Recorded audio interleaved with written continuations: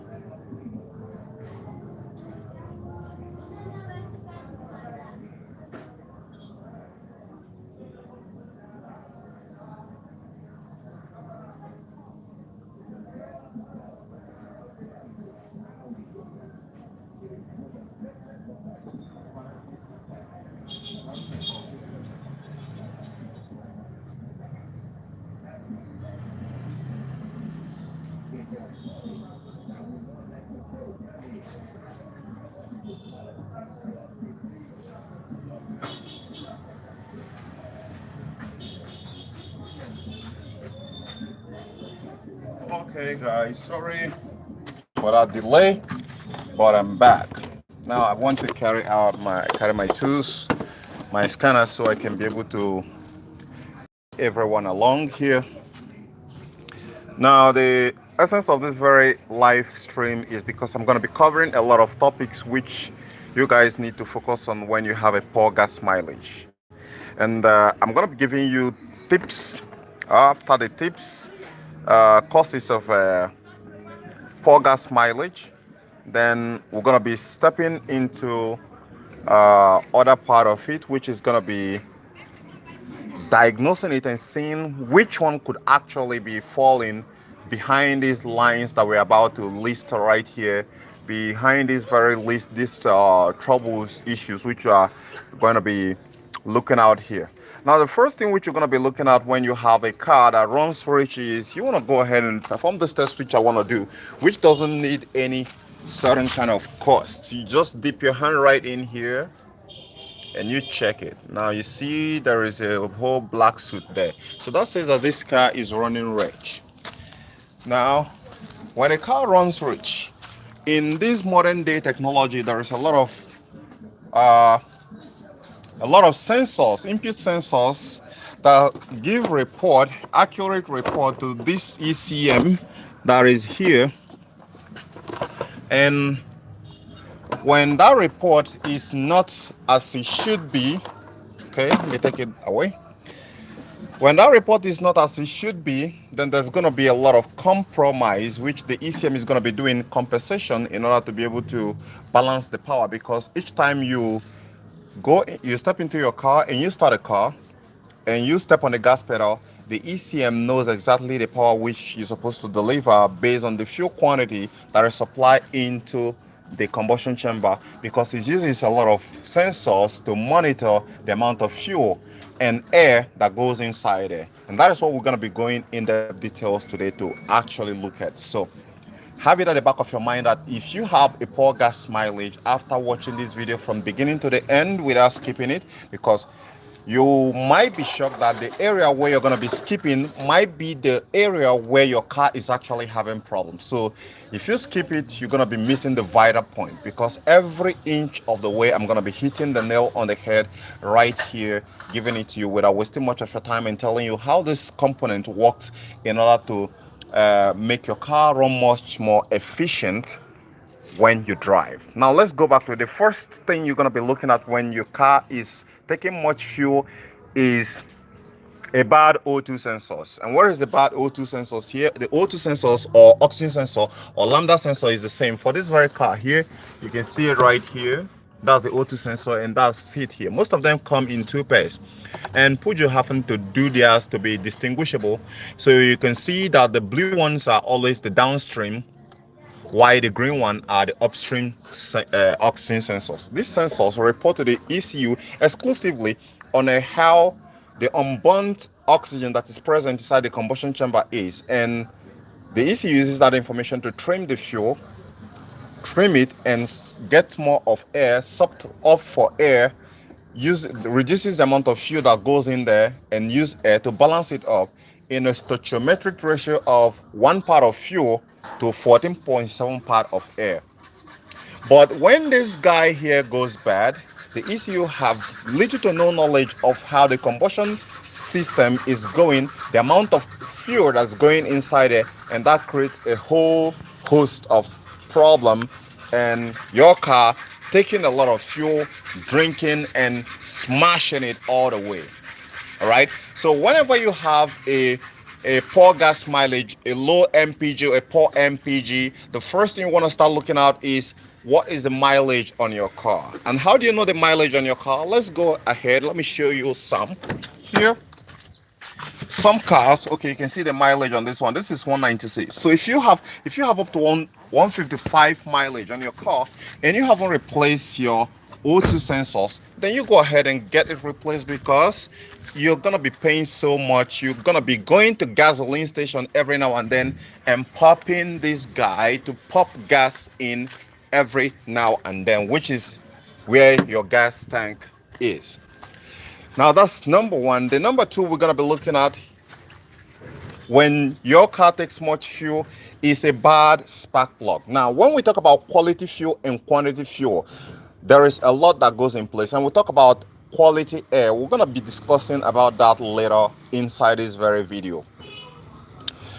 The air and fuel get to mix in the combustion chamber to get ignited by the spark plug. We're talking about a whole 20 to 40,000 volts here, so that's a lot of power right there. But what makes that ignition, what makes the combustion process an explosion, a very massive explosion that occurs inside your engine compartment, is being made possible by the help of the ignition spark plugs. So if the spark plugs are foiled and bad, it's not going to ignite the air fuel mixture as it's supposed to. And what's that going to happen? You're going to be seeing a lot of black smoke guffing out of your tailpipe. If you're seeing a car that is not diesel engine, that is guffing, having a lot of black stuff coming out of the tailpipe emission, black smoke coming out of the tailpipe, then you know that car is a drinker of a fuel. You don't want to have this kind of car, right?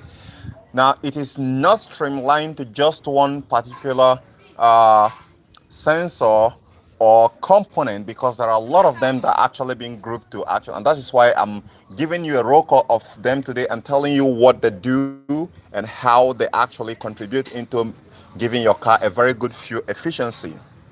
So if your car have up to 50,000 miles, the spark plug should be getting ready to replace, because from 50,000 miles they have degraded. OEM sparks, 50,000 miles, you should replace them, right? Whether it's still good or not, replace them, because when it fails, it's going to be putting a whole lot of stress on the ignition coil, which is going to make the ignition coil to degrade faster. So you're going to be talking about spending more money if you don't replace the parts on time. So it's very vital you keep it right there, that when you hit 50,000 miles, you're replacing your spark plug if you have not replaced it before with OEM one. And if it is not OEM one and it's aftermarket, then it's going to be having a shorter lifespan. The third one we're going to be talking about is ignition coil. Ignition spark plugs cannot ignite air fuel mixture without the help of ignition coil. And over the time, some of them can be able to last up to 50,000 miles and more. Whenever you're changing your spark plug, definitely you're going to be needing to replace your ignition coil, because most of the times when ignition spark wears, they have almost the same lifespan with the ignition coils. And some of them, when they died, due to all those power they drain out of ignition coil, it do actually make them to wear out. And if suppose ignition coil is not supplying, is not actually supplying the right power, because what's actually the function of the ignition coil? The function of the ignition coil is actually like a transformer to boost up the power from 12 volts that you're having right here into gigantic 20 to 40,000 volts. That's a lot of power right there. So it handles a lot of power like a transformer. So you have a lot of stress when the engine works. Each time you step on the gas pedal, you are requesting more power to go from that ignition coil to the spark plugs, and therefore it handles a lot of power, and is actually it degrade over time. Some actually degrade over 30,000 miles, right? So but the best way to actually troubleshoot when you're having any problem related to oxygen sensor, I mentioned first, ignition spark plug second, and third, ignition coil. You can actually find any problem related to that when you have your onboard diagnostic scan tool plug into your car and scan it, and it should be able to give you a headway to know which one is actually bad. And as soon as you replace it, everything should be back, and you clear the error code so that the computer don't store that error code and keep getting confused, thinking that the problem has not been solved. Although some of them will not be able to validate the information by themselves, such as Toyota and some Honda. Having some error code inside the system is enough to actually make a mess. Pujo is not even left out of the equation either. Now let's go further. The number fourth one we're going to be having right there is a defective fuel pump. The fuel pump inside the car is the pilot or some sort of a transporter of your fuel. And this is one which I replaced from this car here. This fuel pump transports the fuel from here, or alternatively from here, which is where the fuel pump is. That is actually where your gasoline tank is. Yeah. If you have the right mindset, you know you're sitting on top of a gasoline. So this is where your gasoline, your whole 50 liters or 100 liters, which is actually moving your car is. And that is where the fuel pump is, the fuel pump housing is. So this fuel pump handles the transportation of the fuel from this tank down to the combustion chamber, to the injectors or nozzles that deliver them into your engine. So if this fuel pump started acting crazy or is due for replacement, like this one works pretty much around, this one was just replaced recently, and it ran with this car since it's been bought like you know, it's really much. 200, and I guess maybe someone have replaced it from the Western world before they replace it here, but it's a very good one. Now when it started degrading, it's not going to be supplying the right quantity of the fuel that is needed to propel this car as it should. And what is going to happen when that happens? The ECM is going to be compensating by opting for more fuel when this fuel pump is not supplying a sufficient fuel that's going to power this car any longer. And under that very critical situation, it's going to be opting for fuel. Why is it opting for fuel? A lot of you guys are going to ask why. Because fuel is much more easier to use to compensate for power than using air. If you have more air, trying to use more air to compensate for power, you're going to be having the engine to stall, because the engine is going to be leaning out, right? Take it like this. When you have a fire, if you're making a campfire and you're will you be blowing it if suppose the fire is about to go out? Which one is actually going to spark the fire up? If you see the flame going out, is it to pour fuel or to add air? If you made that math, I'm certain, or that experiment, you're going to discover that fuel is going to be helping to boost the power very faster than adding oxygen. So that is exactly what the ECM does when this guy here is not supplying, when this fuel pump is not supplying up to the quantity that is supposed to supply to keep the engine running smoothly and running efficiently. So that's why most fuel pump can go up to 100,000 mileage and some cannot be able to go up to that. But if yours has reached up to 1,000 mileage, then you should go ahead and replace it because it's due for replacement. Else you're going to be having a lot of drivability issues, misfire, poor gas mileage, and a lot of them. So we're going to be heading on to the next, which we have factors which you need to actually understand. Now, we have talked about oxygen sensor, fuel pump, ignition coil. Now, we shouldn't forget ignition coil wire. It can actually do the same thing that ignition coil do. For some cars that are not equipped with straight or single ignition coil that have to pass through wire, like the old system cars, when those wire fails that carries those power fails, then it creates a whole lot of problem on the deceleration, hesitation under acceleration, poor acceleration, stalling, and all of that. That's the same typical problem that fuel pump is also going to be causing: stalling, hesitation upon acceleration, you name it, a whole lot of problem. So you want to keep track of all these components, because each time you start acting up that way, the ECM is going to be quickly start adding more fuel than necessary and opening, increasing the injector pulse rate to get more fuel, not to stall the car or not to stop the car, because it's actually thinking you're going somewhere. So you want to lead you to your destination, right? So don't forget ignition coil wire when you are diagnosing a car that have a low MPG. Now, the next one we're going to be going, which is the chief of it, is a MAF sensor. I'm going to be talking about MAF sensor and MAP sensor together because the both of them act and work pari passu. Now, for this very car here, it's not equipped with MAF sensor. For systems that are not equipped with MAF sensor, they are equipped with MAP sensor. MAP sensor is manifold manifold absolute pressure sensor. Manifold absolute pressure. Why MAP sensor is mass airflow sensor. Just like the name implies, the massive air that goes through in here is being metered. Another name for MAP sensor is called metering device. This is the air metering device which the ECM used to know the amount of air, the chunk of air that is coming through this very hose here to go inside through this throttle body and the engine breathing there. I want you to understand that this engine breathes. It breathes in air here and it breathes out through the tailpipe. I hope that is well understood. So the ECM uses the MAP sensor to measure the right quantity of air that's going inside. There's a lot of things that can actually happen if the MAP sensor or the MAP sensor is bad. For Puja, it's going to throw a depollution component for the depollution system for it. Right now, for some other cars, they're going to throw a lot of code concerning MAP sensor.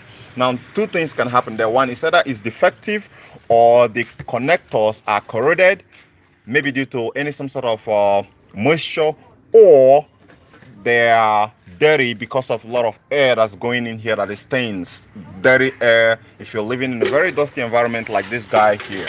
So your MAP sensor can be dirty and throwing a lot of trouble code that actually going to be making the engine to stall. So what you're going to do to actually get that solved is to clean it using a carburetor cleaner.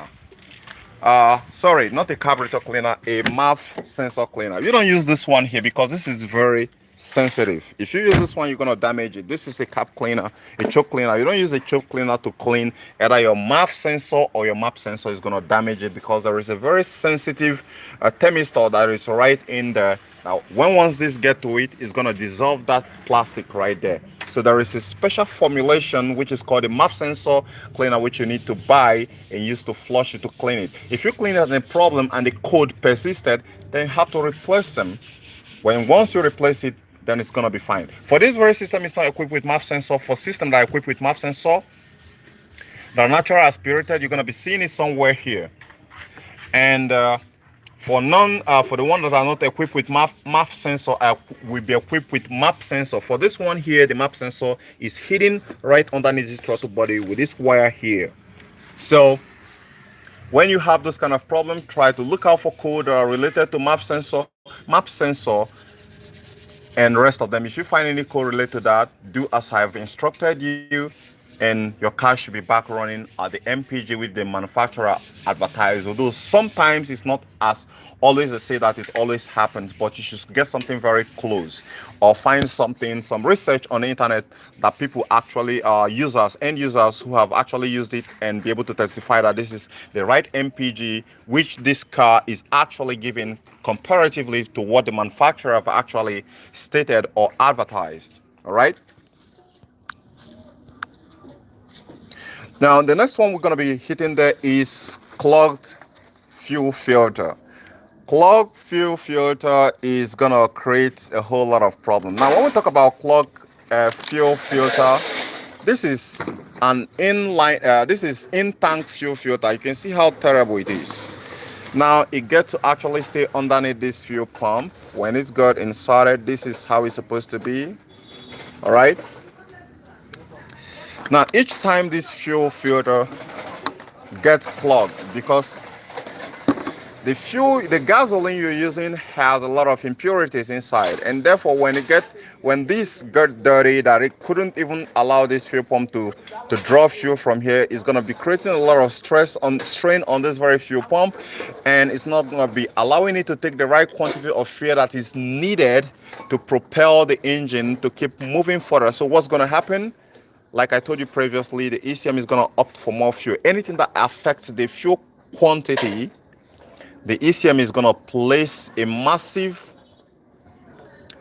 request on the fuel and use fuel to compensate for that very power loss right there.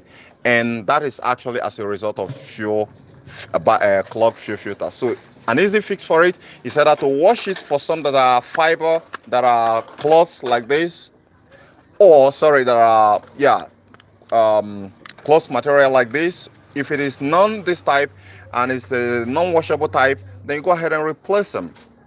The next one we're going to be talking about is air filter. Anything concerning filter that creates a restriction, like a hindrance, a resistance, either to airflow or fuel flow, is going to cause a problem. Let's say for this instance here, there is a air filter that is inside this box right here, which this air here have to pass through in order not to dirty or take debris and particles into the combustion chamber, because it's going to create a lot of problem into the pistons, as much as damaging the catalytic converter. So that is the reason why this air filter is placed here. And if this air filter get clogged up, something is going to happen. This car is going to be sucking like mad, and it's not going to be getting enough air into this engine. And when the ECU knows that, the report which the map sensor or the MAF sensor is reporting is contradicting the right air that's supposed to be coming inside, what's going to happen? It's also going to use fuel to compensate, and you see that as a black smoke at your tailpipe. So once a while, some say 50,000, some say 30,000, some say 100,000 mileage, depend on how dusty your environment is. That's my own benchmark. Depend on how dusty your environment is. If this is clogged up or too dirty, get it replaced. Shouldn't just blow it. If you blow it, you're going to be shifting the particles from one point to another. All right. And take a look at it. It is more cheaper to replace the air filter than to replace your engine. So replacing this should be very cheap, and it's not even expensive. Replacing it is all you need to do, and that should be solved. Then you have a bad fuel pressure regulator. What is fuel pressure regulator at? Most fuel pressure regulator for non-return line like this one here are often found inside the fuel tank. Why the ones that have return line that you find this to be in two places always have the fuel regulator somewhere in this fuel rail. Now, what is the work of that fuel regulator? Because this fuel pump can actually decide to pump more than necessary pressure of fuel, which is above the manufacturer's range and specification. And when that happens, it's actually going to increase the pulse width, which the computer wouldn't be able to have a control over, and there's going to be a flooding of the engine. In order to keep that check, the fuel pressure regulator is actually engineered to be able to keep the pressure in the right parameter it's supposed to be so it doesn't make a mess. Now, when it goes bad, there's a lot of things that's going to happen. One, it can either close. For some system, there's going to be some sort of vacuum holes that are going to be used to suck to control the pressure regulator, and some, the ones that are in tank, they don't have any vacuum holes. So if yours is non-return line, then your pressure regulator is inside the fuel tank. But if yours is within this fuel rail, then there is a small nipple where there's going to be sucking some air connected to the vacuum, which is actually going to be using to regulate it. So if that vacuum hose is broken, sometimes it's going to close, right? And when it closes, it means it's going to be stopping every fuel that is coming right there to be forced into the engine. And when that happens, you're going to be seeing the result as a chains of black smoke in the exhaust. Now, on the other side there is, even if it is not blocked, and let's say that it's tucked open, it's not going to allow the right pressure of fuel to be deposited inside this combustion chamber. And what's going to happen right there, the engine is going to be stalling, it's going to be hesitating under acceleration. And further, it doesn't end there. Let's say that every parameter, the vacuum hose is there and it's not stuck closed, but the spring is broken or weak. It's also going to create the same problem. When once the engine, the ECM, notice that there is some sort of a drop in the power output that's supposed to be given, then it's going to use fuel to compensate for it. So the easy fix for this is you want to test it using a vacuum and see if it's going to hold the vacuum. If you can hold the vacuum, that is good, because it has a seal right there. If the seal is bad, it's not going to hold a vacuum. And if it's not going to hold a vacuum, then it's bad. Go ahead and replace it. It's not expensive, and get that problem replaced. Now, for that very same stuff here, what we talk about, the pressure regulator, some car model, before I forgot, have their own pressure regulator, not even in the tank, not even in the fuel rail, but in the fuel filter. I'm talking about like Passat here, like Jetta here, like Audi. Now, this is the holy grail of message that I'm giving you guys, because if suppose this skip my mind, you're gonna be combing the whole place looking for it, and you're not gonna find it. And most often times, that is actually located somewhere around here, around this tire area for Audi or Volkswagen model. So when you are combing the whole place trying to reach it, at least let's say 100,000 miles is enough. At most 100,000 miles, you should replace your fuel filter. But if we don't know the kind of fuel you are using, so in order to keep safe, it's not bad to replace it every 30,000 mileage. Replace it for a very good flow of fuel into your engine, and also to update the pressure regulator, because that one is built right in there, and it's going to create a whole lot of problem. It won't even allow it to allow the car is going to start and shut off. If you have Jetta or Volkswagen, or Volkswagen, Jetta, or Passat, or Audi that starts and shut off, then the fuel filter can actually be the problem, because the pressure regulator is right there. Now we're going to also proceed further and look up next, which is going to be the a fuel rail pressure sensor. The fuel rail pressure sensor is most often found inside the newer model cars, newer model vehicles, and that fuel rail pressure sensor is actually mounted in the fuel rail. And what it does is actually typically doing the doing the pressure regulator.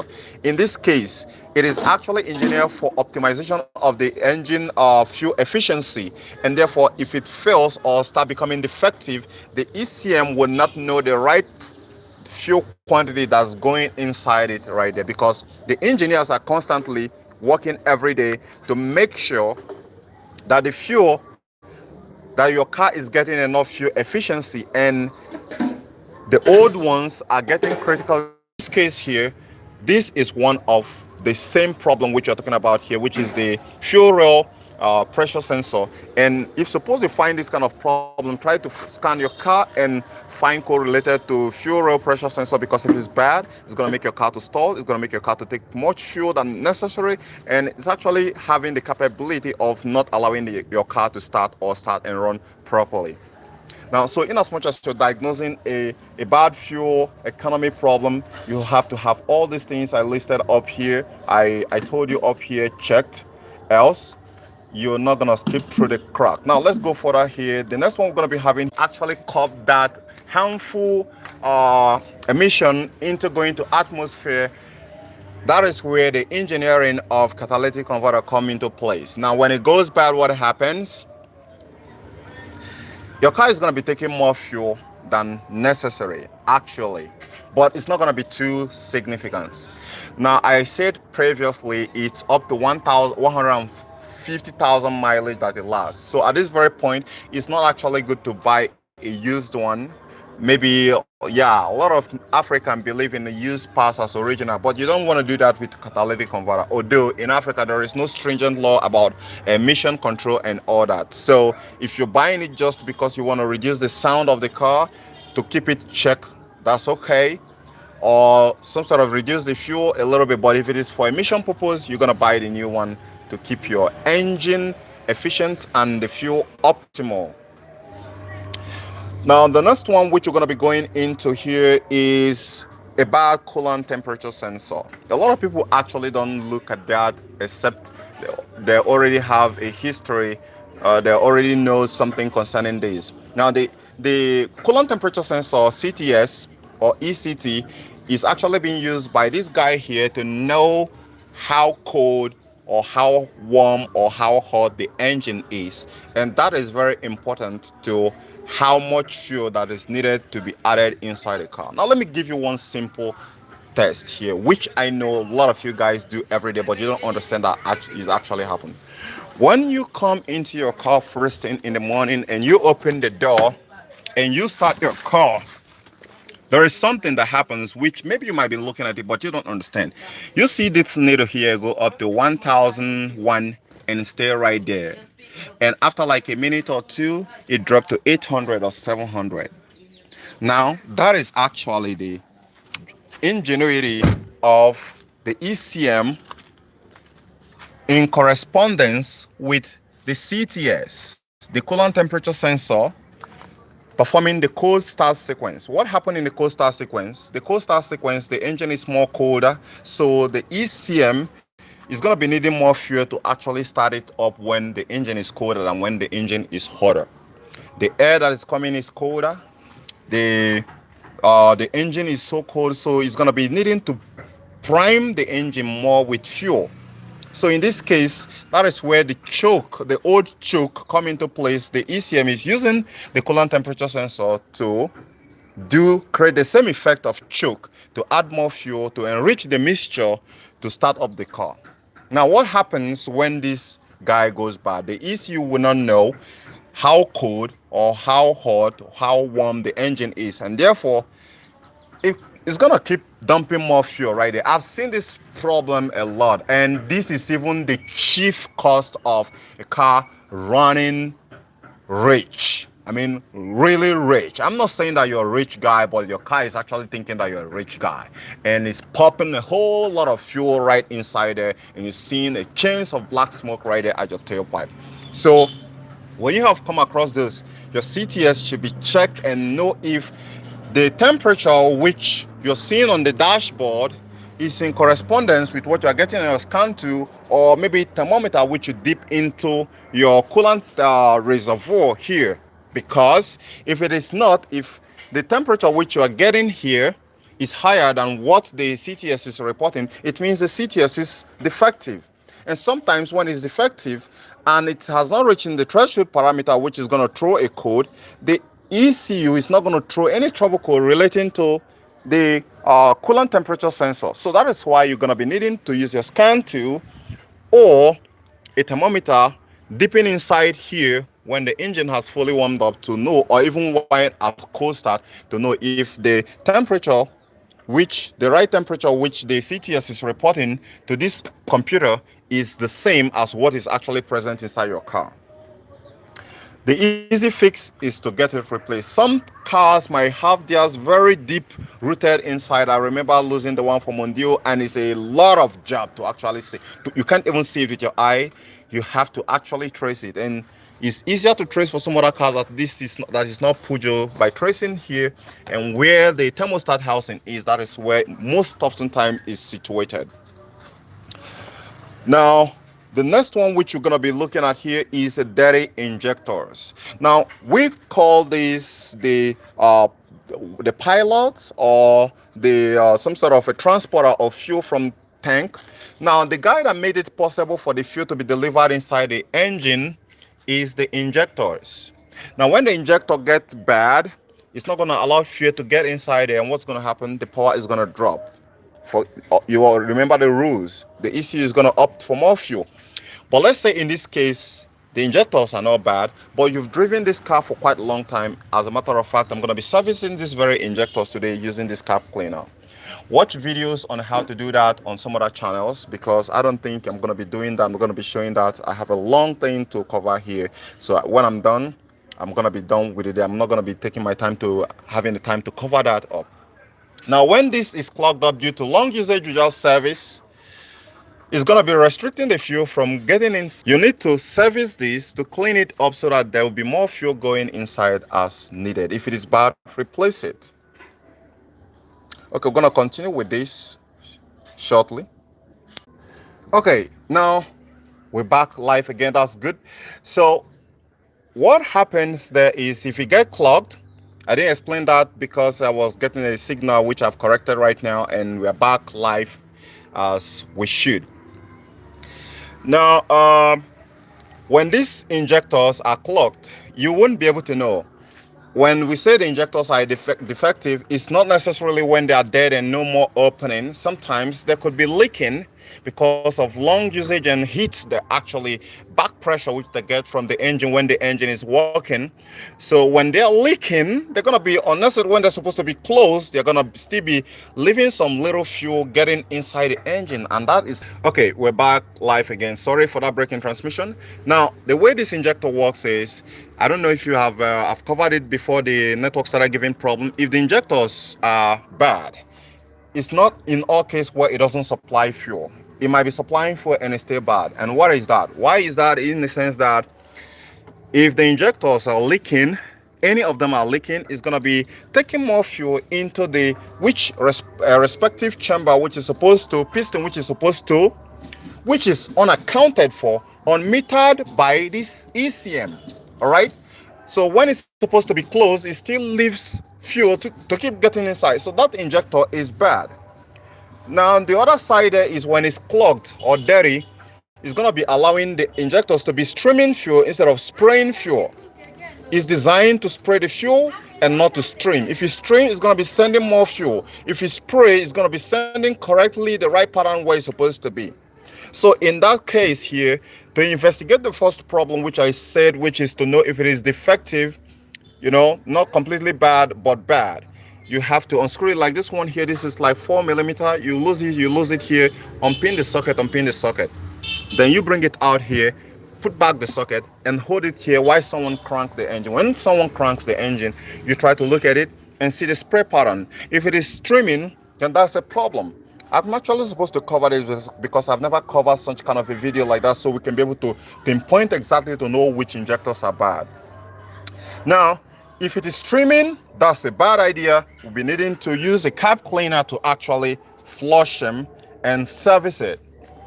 But if it is spraying, that's a good one. Now, if it is leaking, that's a bad one. It's not going to be needing service. It's going to be needing a replacement. I hope that is clearly understood. So that is how a bad injector or a dirty clogged injector can actually affect your fuel economy and make you to keep running into gas station. This car is currently having it. I wouldn't know if these injectors are bad, but I want to service it first. But before servicing it, I'm going to actually perform the same service, the same test which I've just taught you right now, procedures to be able to streamline and know exactly if it's actually the culprit that I'm dealing with here, because the spark plugs are in good condition, ignition coil are in good condition, the coolant temperature sensor the same, map sensor. So what could actually be the problem? The oxygen sensor, I wouldn't know about the catalytic converter because a lot of people are still in catalytic converter these days. So now that's part of it. Now let's go ahead. The next one here is air intake temperature sensor. The air intake temperature sensor for this very car here is not obvious, but for Ford and some other cars can be very obvious, like Honda. You can see them most often times on this very tube here. And what is the job of the intake air temperature sensor? Intake air temperature sensor is actually designed to monitor how cold or how hot the air going into, or how warm the air going inside the engine is. If it is cold, that's a less dense air. It's going to be much hard for the engine to combust. But if it is lighter, it's going to be needing just a little fuel tip and fuel to get it running. So if it is not working correctly, the ECU has a way of interpreting it that is not going to be very suitable to your own pocket or wallet. So whenever you're trying to troubleshoot a car that's having a low MPG, you're scanning for code for oxygen sensor, you're scanning for code for CTS, you're scanning for code for a lot of any input sensors, including the intake air temperature sensor. If it is bad, go ahead and replace it.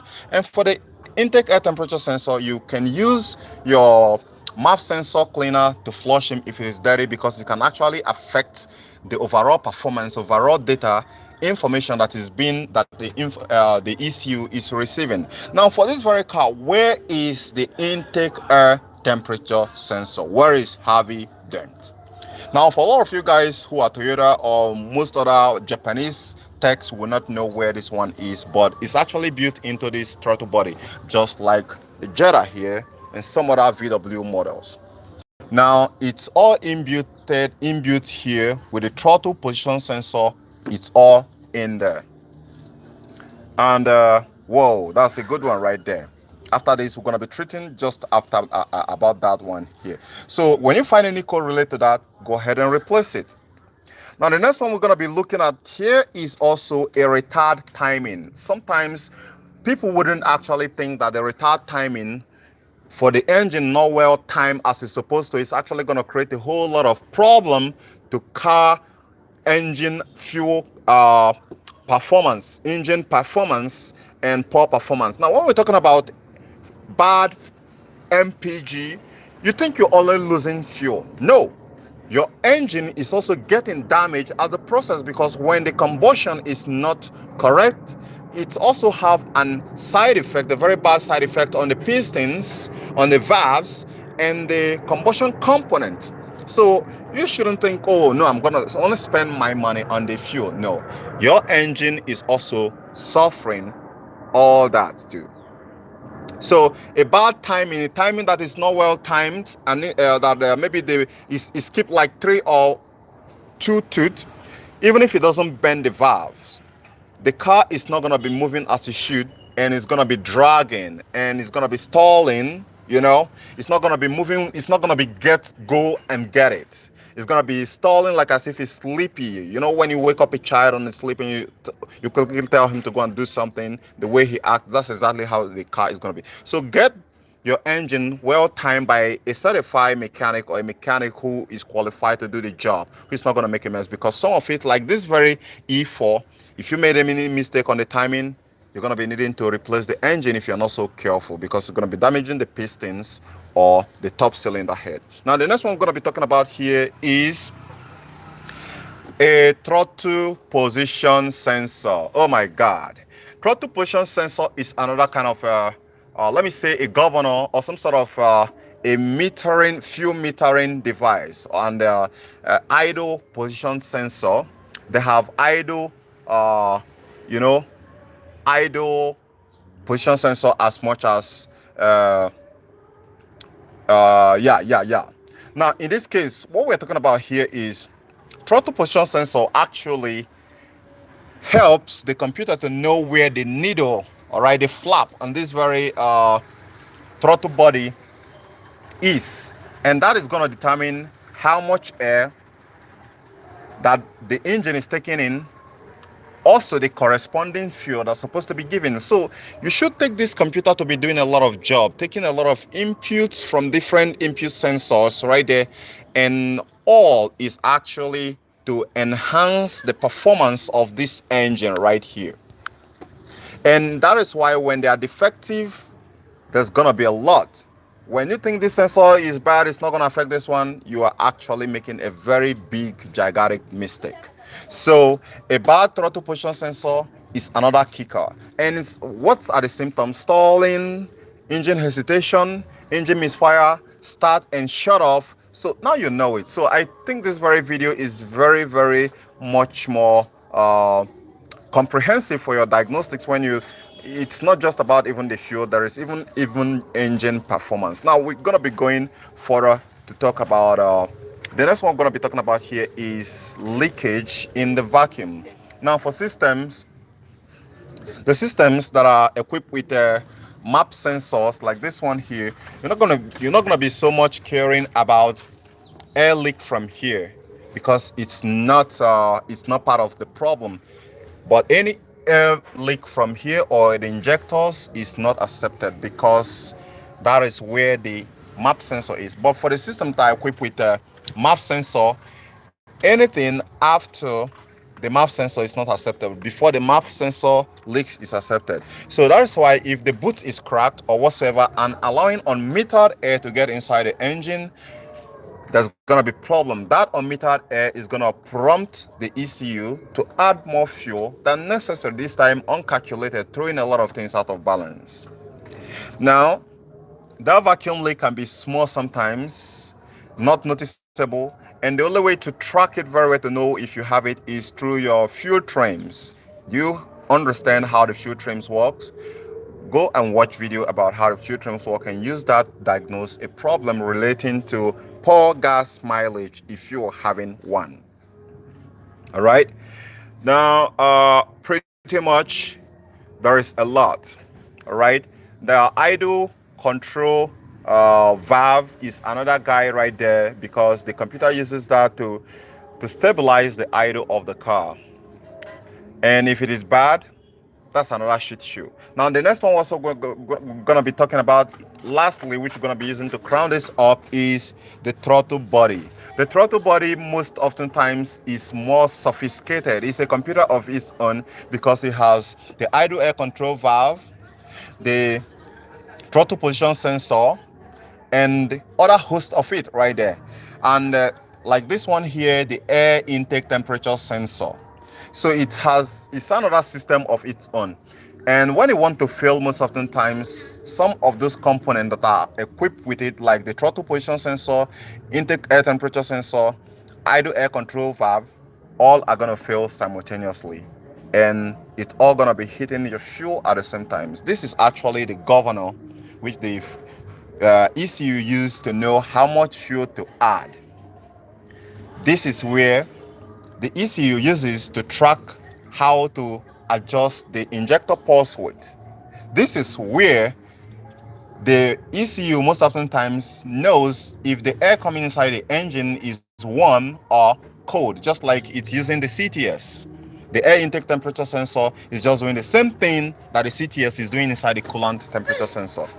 So guys, I hope this is very comprehensive video.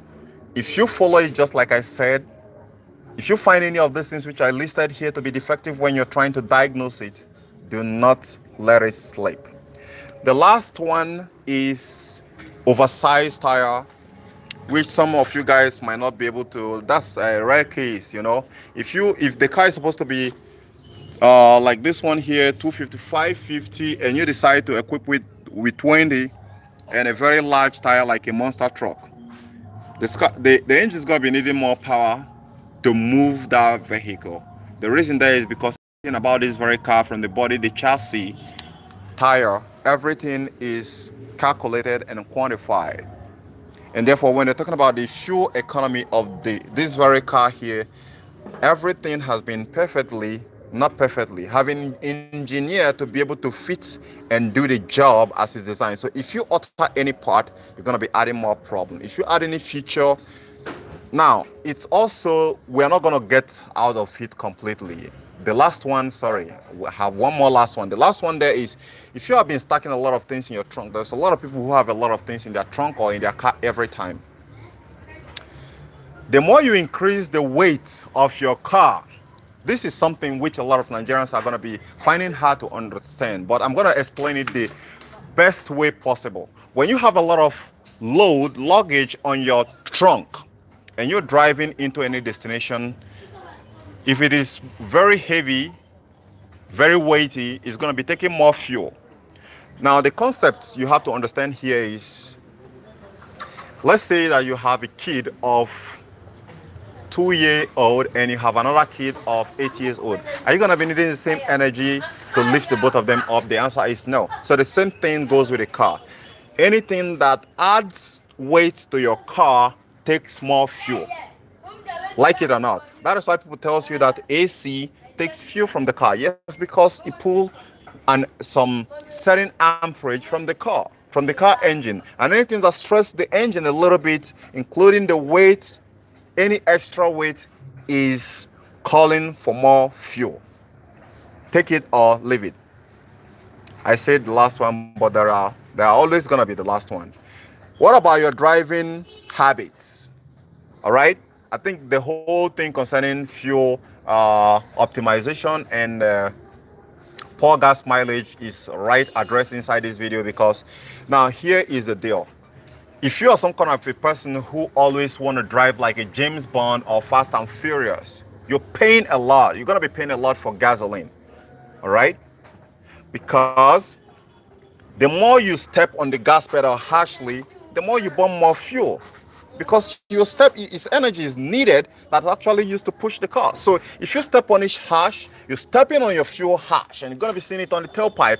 Even if you don't see it on the tailpipe, because of the improved sparks that you have, a very good quality sparks that you have, doesn't mean you're not going to be burning more fuel. Someone who is driving on 80 or below that is going to be having a better gas mileage than you. That's technically what it is. The last advice I'm going to be saying here is, if you are to drive your car, if you are to start your car and go a far distance in the morning, try to allow the car to warm up very well to operating temperature before going. Else, it's going to be on open loop. That very first starting up in the morning to warm up is what we call open loop, where the engine, when the ECM enriches the engine mixture to actually get the car going. So that mixture is gonna keep going up there until the engine has attained its operating temperature. I hope you find this video very helpful. Don't forget to give me a thumbs up, subscribe to my channel, and I gotta catch you guys later. Snap fix. Bye for now.